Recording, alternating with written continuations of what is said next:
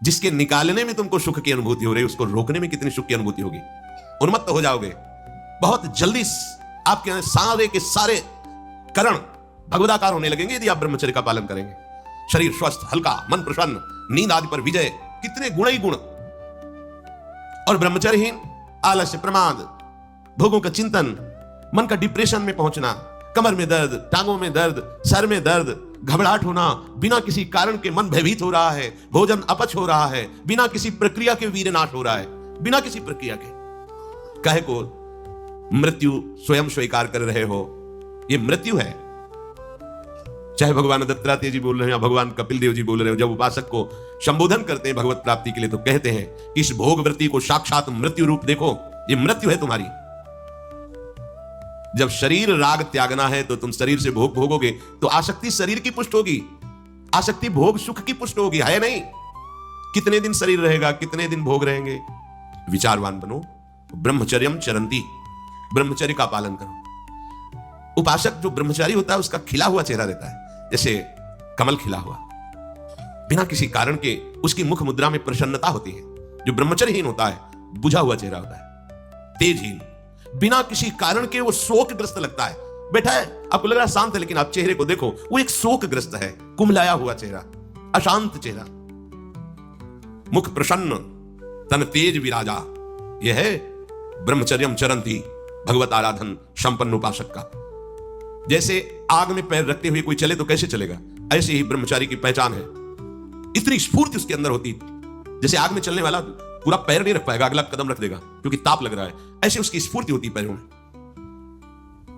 उसकी आंखें एकाग्र रहती है, चंचलता इधर उधर या बार बार झपकना यह भी सही पुरुष का लक्षण, बार बार पलक झपकना यह भी सही पुरुष का लक्षण, इधर उधर ताक झांक चंचलता, ऐसा बैठे तिनका तोड़ रहा है, पैर हिला, ये सब विषयी पुरुष के लक्षण है। ये तो बिल्कुल साधारण स्पष्ट दिखाई देता है आदमी विषयी है या ब्रह्मचारी, एक सेकंड में लक्षण होते हैं। आपको जब भगवत मार्ग का अवसर मिला है तो गृहस्थ हो, संतान हो गई, ब्रह्मचर्य से रहो। नहीं चाहिए संतान तो भ्रूण हत्या, गर्भ हत्या जैसे महापाप करने की क्या जरूरत है। उसी वीर से संतान उत्पन्न होती है जिसको आप नष्ट कर रहे हो, जिसको आप ऐसे पानी में बहा रहे हो, व्यर्थ फेंक रहे हो, तो उसको भ्रूण हत्या का पाप लग रहा है, तो तुमको पुण्य लग रहा है, वीरपात कर रहे हो तुम्हें भी वही हत्या लग रही है, क्योंकि उसमें वही जीवात्मा है जो मां के गर्भ में जाके बालक रूप धारण कर लेती है, उसको तुम नष्ट कर रहे हो। और बुद्धि भ्रष्ट हो गई है, समझ में नहीं आता, व्यर्थ में वीरपात करते हो, व्यर्थ में। तुम्हारा भजन बनेगा, तुम अध्यात्म के योगी बनोगे, मजाक है अध्यात्म का मार्ग। होश में हो जाओ, ये मन के दुलार को बंद करो। जब तक इच्छा ही नहीं भगवत प्राप्ति की तो फिर तुम कैसे भगवत प्राप्ति कर पाओगे। भगवत प्राप्ति की इच्छा कैसे होगी जब तुम्हारी इस तरह से निंदनीय वृत्तियां हैं। इंद्रियों को दुलार कर रहे हो, मन को दुलार कर रहे हो, भगवत प्राप्ति चाहते हो, आचरण नीच और चाहते हो उच्च पदवी। सावधान हो जाओ। यदि क्षंतो ब्रह्मचर्यम चरंत, ब्रह्मचर्य बहुत बहुत आवश्यक है, सबके लिए आवश्यक है, स्त्री पुरुष सबके लिए आवश्यक है।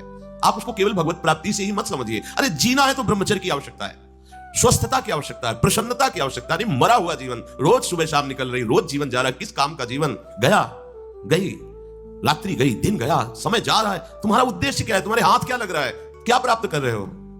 विचार ही नहीं रहे, विवेक ही नहीं रहे, बस ऊपर चमड़ी में सुंदरता का लेप करके और मलमूत्रों के भांड में प्रियता करके पूरा जन्म नष्ट कर देना।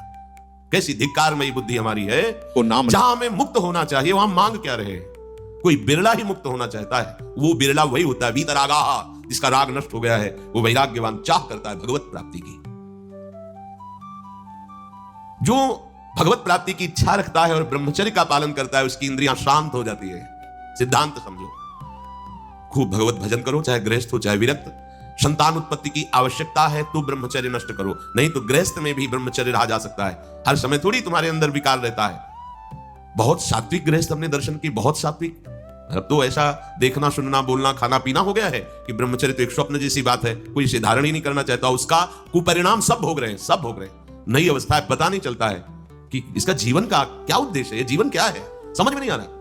मतलब कोई बाहरी संसारी हो तो चलो, बेचारे को मार्ग नहीं पता है, रोज सत्संग सुनते हैं, उनको यह पता नहीं कि मेरा उद्देश्य क्या है। अभी तक कैसे यही समझ में नहीं आता, उद्देश्य क्या है तुम्हारा। भोग उद्देश्य है तो नाटक क्यों कर रहे हो, जाओ मरो जाके भोगों में। अगर योग उद्देश्य है तो फिर चूक क्यों कर रहे हो, आगे बढ़ो। संपूर्ण इंद्रियां शांत हो जाती है उसकी, जिसके अंदर भगवत प्राप्ति की इच्छा और ब्रह्मचर्य पालन। शब्द याद करो, ये शास्त्र है। यही तो हम चाहते हैं, इंद्रियां शांत हो जाए, यही चाहते हैं हम। भोग नहीं चाहते हम सब, हमारी इंद्रियों में जब वेग आता है तो हम परेशान हो जाते हैं, ये कैसे शांत होंगी? तो पूर्वाभ्यास रहा है, यही रास्ता रहा है कि जब वेग आवे तो इंद्रियों से भोग करो तो शांति मिल जाएगी, ऐसा। और ये उल्टा है, त्यागात शांतिरंतरम, भोग का वेग आए सह जाओ तो शांत हो जाओ। पर उल्टा बात हमारी बुद्धि सिखाती है कि भोगों को भोगो तो शांति मिल जाएगी। और भगवान कह रहे जिन्होंने रचना रची इंद्रियों की और भोगों की भी, वो कह रहे त्यागात शांतिरंतरम, तो उनका त्याग कर दो तो शांति को प्राप्त हो जाओगे। चाहते हम शांति ही है, पर हमारी दुर्दशा है। एक आदमी गंगा के किनारे शांत बैठा, गंगा की तरंगों में आनंद ले रहा था। उसका मित्र आया, ओ कैसे बैठे हो? शांत बैठे। अरे नहीं भाई, कुछ करना चाहिए। वो चुप, बोलो ना, कुछ करना चाहिए। करने से क्या होगा? कुछ करोगे तो पैसा मिलेगा, पैसे से क्या करेंगे? भोग सामग्री लेंगे, भोग सामग्री से क्या करेंगे? भोगेंगे, भोगने से क्या होगा? शांत हो जाएंगे।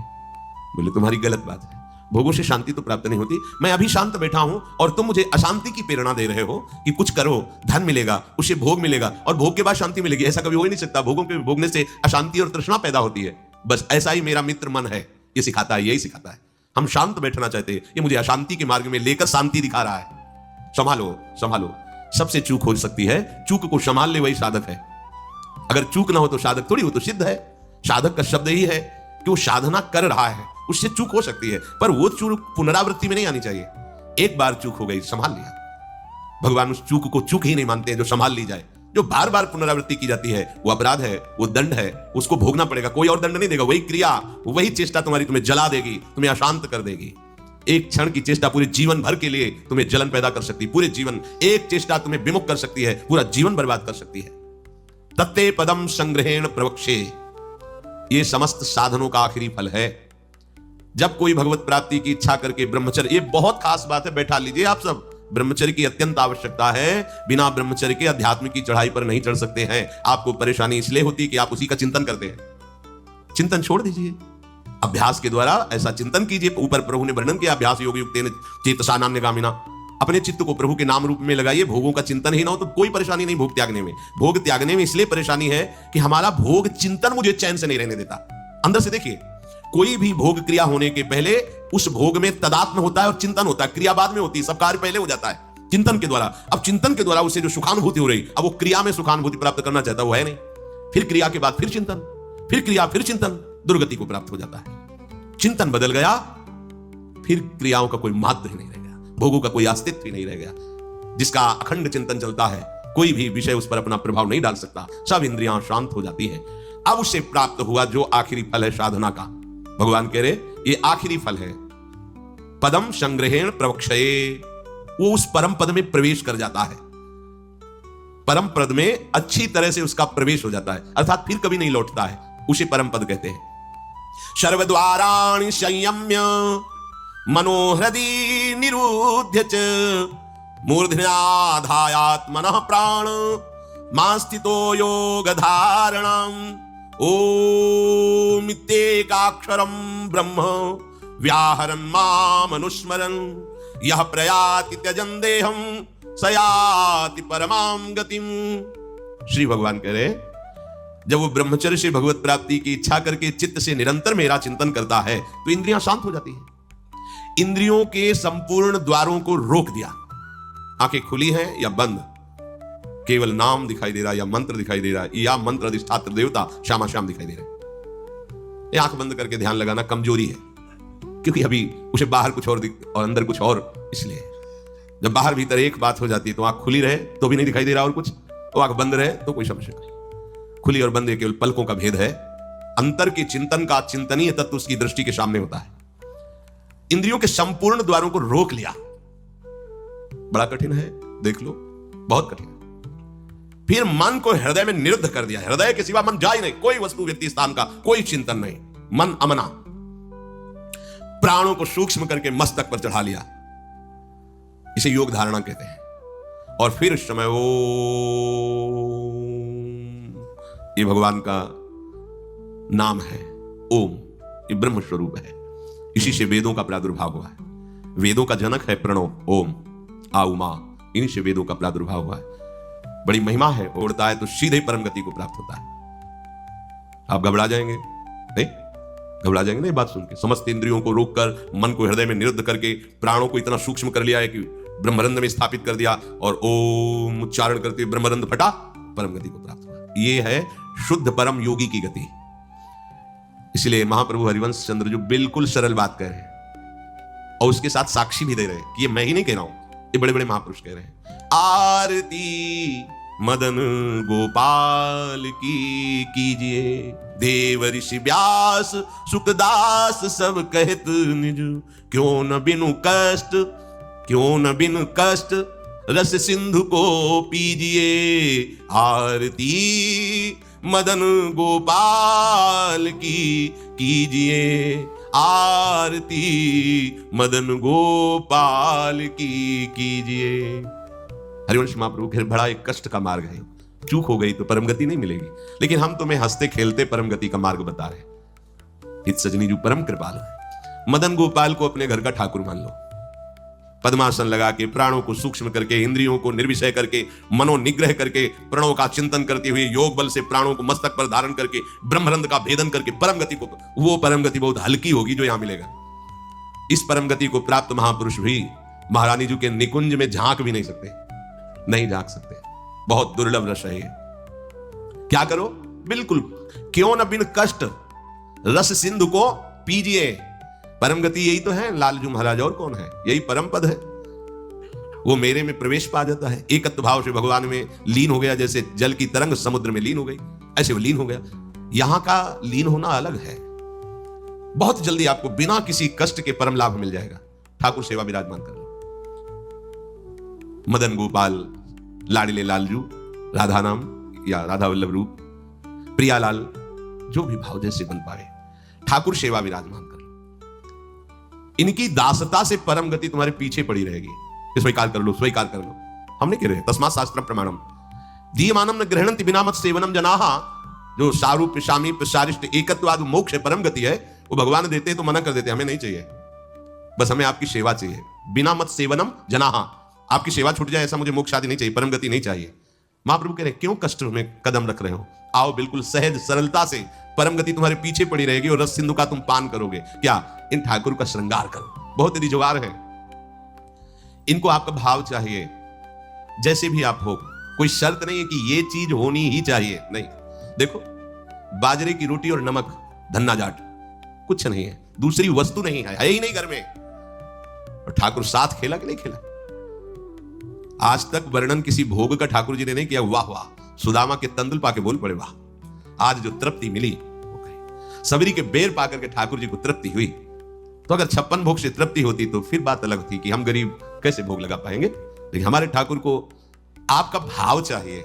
गर्व है कि मैं 56 भोग लगाता हूं, ठाकुर ने देखा भी नहीं, दृष्टि भोग भी नहीं लगाया, क्योंकि गर्व रूपी दूषित वस्तु उसमें पड़ी है और भाव रूपी परम स्वादिष्ट वस्तु पड़ी है। तो बाजरे की रोटी को रोकना पड़ा धन्ना जाट को कि तू 3 दिन हो गए पूरी रोटी खा लेगा तो मैं भूखा रह जाऊंगा, आधी तुम पाओ आधी हम पाएंगे। नवकिशोर ठाकुर जी, नई अवस्था, धन्ना जाट खेल रहे ठाकुर भाव। महाप्रभु कह रहे मदन गोपाल का रहे ठाकुर भाव। महाप्रभु कह रहे मदन गोपाल का श्रृंगार करो, उनकी आरती उतारो। देव ऋषि नारद, शुकाचार्य, भगवान व्यासदेव जी, आज बड़े बड़े महापुरुष कह रहे हैं यदि मदन गोपाल ठाकुर की सेवा की तो बिना कष्ट के परम गति, परम सुख तुम्हें वरण कर लेगा। बिना कष्ट के तुम परम सुख सिंधु में डूब जाओगे, विश्वास करो। हरिवंश महाप्रभु कह रहे हैं अगर करी धूप कुमकुम मलय रंजित, नौबर्तिका घृतिलक करी प्रगट, यश क्यों न भाखो। भोग प्रभु योग भरी थार धरि कृष्ण पे, मुदित भुज दंडवर चमर ढारो। आचमन पान हित मिलत कर्पूर जल, शुभग मुखवास कुलता पिजारो। शंख दुंदुभि पणवो घंट कल वेणुरो, झल्लरी सहित सुर सप्त नाचो। मनुज तन पाई यह दाय ब्रजराज भज, सुखद हरिवंश प्रभु क्यों न याचो, मनुज तन पाए यह दाए ब्रजराज भज, सुखद हरिवंश प्रभु क्यों न याचो। आरती मदन गोपाल की कीजिए, आरती मदन गोपाल की कीजिए। आरती सजाओ, ठाकुर को सुंदर सुंदर सुवासित जल से स्नान करा के, कोमल वस्त्रों से श्रीअंग प्रक्षालन करके, पोंछ करके विराजमान करो, सुंदर पोशाक धारण कराओ, सुंदर धीमे धीमे चंदन घर्षण करो, केसर कपूर डाल के ऋतु के अनुसार धीरे धीरे, इसलिए मोटा ना हो, स्थूल होगा तो पत्रावली ठीक नहीं बनेगी, पत्रावली करो। सुंदर सुंदर पुष्प लाओ चयन करके, 2-4 पुष्प ही वृंदावन के हो गए तो लाखों करोड़ों के बाहर के पुष्प समानता नहीं कर सकते। इस धाम में जो प्रगट पुष्प है, किसी भी लता के 2-4 पुष्प कोमल पत्ते चढ़ा दो, हमारे ठाकुर रीझ जाएंगे। सुंदर सुंदर पुष्पों की माला गुथो, अहोभाग्य है उनके जो रोज श्री जी की सेवा में, ये सेवा का सौभाग्य। सुंदर सुंदर आभूषण फूलों के, माला फूलों की धारण कराते हैं, अहोभाग्य, जीवन धन्य, उनका हाथ धन्य हो गया। पूर्व जितने भी हाथों से हमारे कर्म नहीं होने चाहिए वो हुए हैं, वो सब भस्म हो जाएंगे, क्योंकि ठाकुर सेवा में हाथ लग गए। आप ठाकुर जी की रसोई अमनिया कर रहे, ठाकुर जी की रसोई अमनिया के हुए पात्रों को अमनिया कर रहे, आप पोछा लगा, कृतकृत्य हो गए। लाखों माला भजन इसकी समानता नहीं कर सकता। श्री जी के उच्छिष्ट पात्रों को आपने मार्जन करके विराजमान किया नवीन भोग के लिए, लाखों माला इसकी समान। ये सेवकाई है, सेवकाई सीधे श्री जी को अधीन करती है। माला जपने का फल है, इसका फल नहीं, सीधे आराध्य देव को अधीन करती है सेवा। जैसे उपासक रात में जग करके, नींद ना लेकर के, कष्ट सहते हुए वर्षों का अभ्यास, ये श्रृंगार करते, इसमें 2-4 घंटे नहीं लगते हैं। कल जो श्रृंगार होना है, मध्याह्न में विश्राम नहीं करते, नीचे वहां बेसमेंट में ये श्रृंगार करते रहते कपड़ों का। ये श्री जी आज ऐसे सिंहासन में बैठे, निहाल हो गए तुम। अगर अन्य कोई दुराचार प्रवृत्तियां तुम्हारे ऊपर शासन न करे, तुम अन्य कोई गलत कार्य ना करो, तो तुम खुद ही देख लोगे कि आपके अंदर श्री जी क्या देती है। जो बड़े बड़े योगियों के लिए दुर्लभ है वो प्रीति आ जाएगी, लाडली जी के लिए रोना जाएगा, कभी श्रृंगार करते करते आंसुओं की झड़ी लग जाएगी। ऐसा होता है, ऐसा होता है। जब हमारे अंदर भाव बहुत है और सामग्री नहीं है, तब वो दैन्यता भरी सेवा होती, पूछो मत।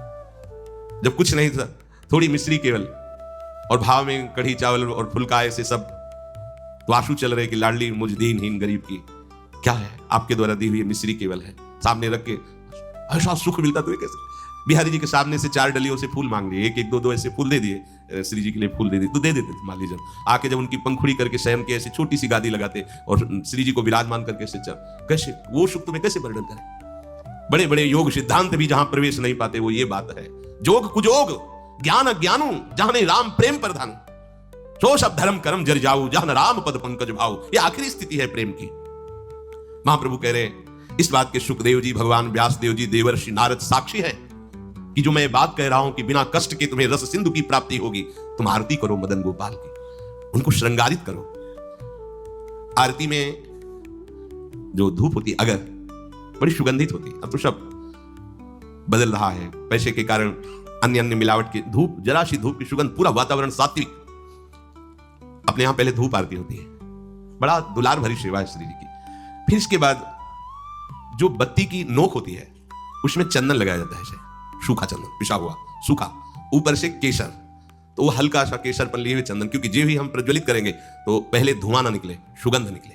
इसीलिए महाप्रभु कह रहे हैं कि कुमकुम मलय रंजित बर्तिका, 9 बर्तिका जिसमें चंदन बुरा ऐसे, क्योंकि घी लगा होता है वो चिपक जाएगा, फिर केसर पिसी हुई ऐसे, तो जे भी हम अग्नि प्रज्वलित करेंगे तो धुआं नहीं निकलेगा, उससे चंदन की सौरभ, ये भाव की चीज है। बोले मलय कुमकुम मलय रंजित 9 बर्तिका, कैसी घृतसो पूरी राव, घी से सनी हुई पूरी, कुसुम कृत माल नंदलाल के भाल पर तिलक करी प्रगट यश के अहो भाग्य।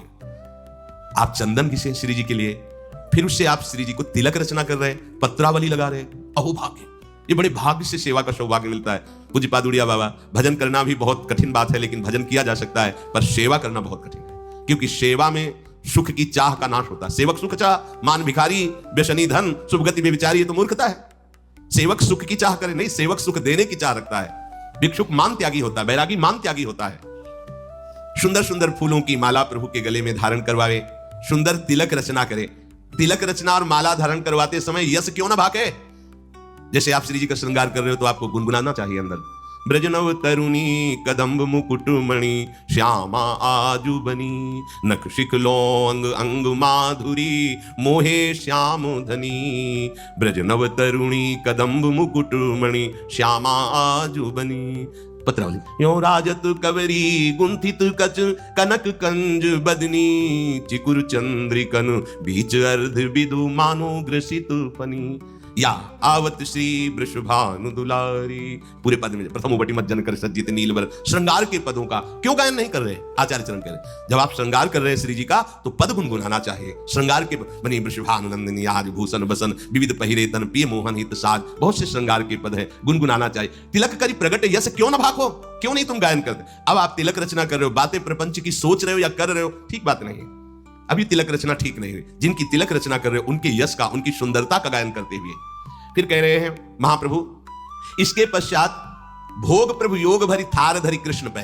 जब हमने श्रृंगार किया, आरती तैयार करके विराजमान कर दी। सेवा में एक क्षण का भी विलंब नहीं होना चाहिए। आपको पता है धूप के बाद श्रृंगार आरती होगी तो धूप होते होते श्रृंगार आरती प्रज्वलित हो जानी चाहिए। धूप की जेव ही पदावली संपन्न होने जा रही श्रृंगार आरती पर। इसके लिए देखना पड़े तो सेवा में प्रमाद माना जाता है। सेवा में स्वामी की सेवा की आवश्यकता के पहले सेवक सेवा सौंध लिए खड़ा है। ये नहीं आरती कहाँ है, आरती, अरे आरती तैयार करो, ये प्रमाद स्थिति है। इसलिए सबसे पहले प्रभु ने कहा है आरती तैयार कर ली, श्रृंगार किए हुए प्रभु को तिलक लगाए, माला पहनाए, अब भोग लगाए। आरती तैयार है पहले से, जैसे उस दिन त्रुटि नहीं, ये विलंब नहीं, सेवा में प्रमाद नहीं। स्वामी जी के मन में बाद में आता है सखियां पहले सेवा सौंधे करती, आज ऐसा होगा, पहले ही पता है उनको। तो आपको तो पता है ना, पहले धूप के बाद श्रृंगार आरती। अब भोग, भोग प्रभु योग भरी थार धरी कृष्ण पे। योग में दो भाव होते हैं, एक होता है प्रभु के योग्य भोग। ऐसा नहीं कि तुम अपनी मनमानी की प्याज लहसुन छौके प्रभु का ही सब बनाया हुआ है, सब मूर्खता नहीं। फिर प्रभु के बनाए हुए और भी कुछ हैं जो तुम नहीं भोग पाओगे, दंड विधान, नरक, रोग नहीं भोग पाओगे। भोग प्रभु के योग्य लगाओ, जो हमारे प्रभु नहीं पा सकते वो हम नहीं पा सकते, इसलिए प्रभु के योग्य भोग लगाओ। शास्त्र सम्मत, संत जन सम्मत जो प्रभु को भोग लगाने योग्य पदार्थ है वही भोग लगाना चाहिए। बहुत उद्दंडता सेवा में नहीं होती। प्राय प्रभु ने ही तो बनाया, प्याज लहसुन हम उसको भोग लगा देते हैं तो क्या है, उन्होंने ही तो बनाया है। हाँ, उन्होंने नरक भी बनाया है तो आपको घुमा देंगे तो क्या परेशानी होगी? आपको थोड़े दिन रख लेंगे नरक तो आपको कोई परेशानी? फिर परेशानी ही परेशानी है। कैंसर भी प्रभु ने बनाया है, किडनी फेल भी प्रभु ने बनाया है, हार्ट, बड़ी समस्याएं, तो समस्याएं भी तो प्रभु ने बनाया है। होश में भोग प्रभु योग भरी, प्रभु के योग्य जो पदार्थ है वो थाल में रखो। दूसरा आध्यात्मिक आंतरिक भाव, योग कहते हैं अपनेपन का। इतना अपनापन हो कि मेरे लाडले हैं। अब कैसे, जैसे मां अपने बच्चे को जब भोग पवाती है तो क्या अच्छी से अच्छी वस्तु पवाती है। कोई चाह होती है क्या? चाह एक ही होती है, भरपेट बच्चा पाले। पूरा दूध खाली करो, खाली करो, नहीं खाली करोगे ना बाजार नहीं ले जाएंगे, तुम्हारे लिए वो चीज नहीं लाएंगे। फिर अगर नहीं खा, थप्पड़ मारो पूरा। वो रोष प्रकट कर रही काय के लिए, पूरा खाली करो दूध, अभी तो इतना कम पिया है। और उसकी भाव दशा को देखो, कितना प्यार भरा है। क्यों? अपनापन है ना, मेरा लाला है तो मेरे लाडली लाल है, मेरे लाल। अपनापन, इतना गाढ़ अपनापन कि कहीं अपनापन रह न जाए, ये प्रभु को भोग लगाना होगा। अगर इस अपनेपन में भर करके आप एक नमक से चुपर कर रोटी भी रख देंगे तो हमारे प्रभु उसे छोड़ेंगे नहीं, पाएंगे। अपनापन प्रभु से नहीं है तो दुर्योधन ने भी व्यवस्था की थी भगवान की, देखा भी नहीं। अपनापन है विदुरानी को, मेरे प्रभु तो छिलका वाह वाह करके पा रहे हैं। वाह कितना स्वाद है इसमें, केले में नहीं छिलके में। ये भोग लग रहा है काहे का? योग भरी, युक्त होकर, प्रभु में तदात्म होकर, प्रभु के प्रेम में डूबी विदुरानी। केले का छिलका दे रही, होश भी नहीं है। तो महाराज को भी, सर्वज्ञ प्रभु को भी होश नहीं।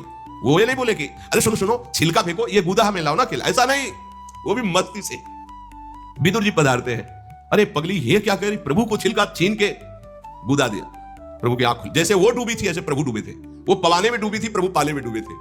आंख खुली, बेस्वाद हो गया विदुर जी। अब वो स्वाद नहीं रहा क्योंकि तुम्हारी बुद्धि लग रही है, वहां बुद्धि ही नहीं रही। ऐसा योग हो गया है, भोग चक्र लग रहा है। यह है वास्तविक भोग। दो प्रकार का भाव इसमें कि प्रभु के योग्य ही भोग थार पे विराजमान करे, और दूसरी बात प्रभु से इतना अपनापन हो जाए कि अपनेपन में आप थोड़ा सा जल भी देंगे तो अमृत जैसा प्रभु से पान करेंगे। प्रभु योग भरी थार धरी कृष्ण पे। अब सुंदर भोग लगाया। आचमन पानहित मिलत कर्पूर जल, सुवासित सुगंधित। ऋतु के अनुसार, सर्दी है हल्का सा गुनगुना जल, गर्मी का समय है शीतल जल, थोड़ा कपूर मिश्रित, थोड़ी इलायची डाली, सुगंधित सुवासित। जितना भाव करोगे ना। अच्छा आपके पास कुछ नहीं तो भाव के में क्या जाता है, अमुक अमुक पदार्थ डाल दी, बड़ा सुवासित बड़ा सुगंधित जल। अब आचमन करा रहे हैं, प्रभु स्वीकार कर रहे हैं। वस्तु भोक्ता प्रभु तब होते जब आपके अंदर भाव हो। तो पहले भाव भोगा फिर वस्तु, अगर भाव नहीं तो वस्तु भोक्ता प्रभु नहीं होते, ये ध्यान रखना। वस्तु वापस तुम्हें मिलती है ना, तो ऐसा नहीं कि भोग नहीं लगा, पक्का प्रत्येक कण कण का भोग लगना, क्योंकि आपका भाव उसमें मिला, भाव प्रभु ने पा लिया और उच्छिष्ट वस्तु आपको दे दी। अब जब आप पाओगे तो वही उच्छिष्ट प्रसन्नता प्रदान करेगा। प्रसादे सर्व दुखानाम हानि रस्यों पर जाते समस्त हानि, वह अखंड प्रसन्न, इसी प्रसन्नता में भगवत प्रेम स्फुरित होता है। आचमन कराया सुगंधित जल से, फिर सुभग मुखवास, मुखवास पान की बीड़ी, सुंदर पान की बीड़ी, इलायची नारियल आदि डाल के सुंदर तैयार प्रभु को पवाया मुखवास। इससे क्या होगा, जितने भी दैहिक दैविक भौतिक ताप है सब तुम्हारे नष्ट हो जाएंगे, जितने भी ताप समूह के समूह सब भस्म हो जाएंगे। अब सुंदर चंवर लेकर के प्रभु के ऊपर चंवर कर रहे हैं। फिर शंख दुंदुभी पणव घंट वंशी झल्लरी ये सब स्वर से एक साथ बजावें और फिर प्रियालाल की आरती करें। आरती गान करके फिर नृत्य करें, नाचो, आदेश करते हैं, झल्लरी सहित सुर शब्द नाचो। ये क्या हुआ, बोले मनुज तन पाए दाय ब्रजराज भज सुखद हरिवंश प्रभु क्यों न याचो। हरिवंश महाप्रभु कहते हैं मनुष्य शरीर की प्राप्ति और ऐसा दांव भगवत प्राप्ति का, अब इससे बड़ी कोई भगवत प्राप्ति नहीं।